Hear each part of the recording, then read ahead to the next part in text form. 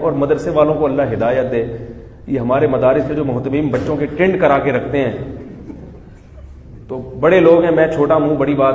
اللہ کا واسطہ یہ رسم کو مدرسوں سے ختم ہو جانا چاہیے. ایک تو اتنا بڑا مجاہدہ کر کے ہم کالج چھوڑ کر، پتلونیں چھوڑ کر، وہ جو شو بازیاں تھیں وہ چھوڑ کر مولوی بننے کے لیے مدرسے میں آئے، پائلٹ کا خواب چھوڑ دیا. ویسے بھی کوئی بننا نہیں تھا، لیکن ایک خواب تو تھا نا انجینئر کا، اور یہ بنیں گے اور یوں بنیں گے.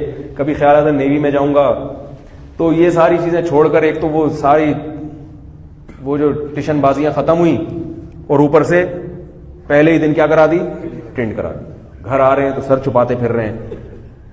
یہ جو میں بڑے بال رکھتا ہوں نا، یہ احتجاج میں رکھتا ہوں، ورنہ مجھے بڑے بال رکھنے کا بالکل بھی شوق نہیں تھا. دور حدیث میں نے ارادہ کیا اب میں بڑے بال رکھوں گا. اب تو ٹنڈ ونڈ کا ہمارے یہاں دور حدیث تک پھر ٹنڈ کا نظام ختم ہو گیا تھا. بھئی دورے سے پہلے ٹنڈ کراؤ، دورے میں پہنچیں گے تو بال رکھنے کی اجازت. تو جب دورے میں پہنچا تو بال رکھ لیے. جب اگلے سال تخصص میں آئے تو پھر استاذ کا حکم آئے ٹنڈ کرا لو. میں نے کہا اب تخصص کے بعد تو تعلیمی دور، جو اصطلاحی تعلیمی دور ہے وہ تو ختم ہو رہا ہے. میں نے کہا کرا لے بیٹا، اس کے بعد دیکھتا ہوں میں. پھر میں نے بال رکھے، یہاں تک بال کر دیے. تب تو چھوٹے ہو گئے، ادھر تک بال، بہت بڑے بال رکھے. پھر ہم نے کہا احتجاج میں کچھ ساری کسر نکالیں گے ہمیں ٹینڈ کیوں کرائی. لیکن بہرحال ہم فرما برداری کرتے تھے. آج کل جو ہے نا طلبہ میں فرما برداری نہیں ہے. استاذ نے کہہ دیا کرا دو تو اب سمجھ میں تو نہیں آ رہا ہے، لیکن اب بھائی استاذ نے کرا لے یار، اب چھوڑ کیا دلائی.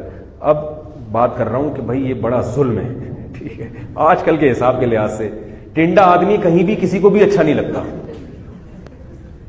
اور دینداروں کے لیے تو زینت ویسے ہی ضروری ہے تاکہ لوگ دین کی طرف آئیں. ٹنڈ کرا کے عجیب حسن تیرا اس طرح سالم رہا، سر منڈانے پر بھی تو ظالم رہا.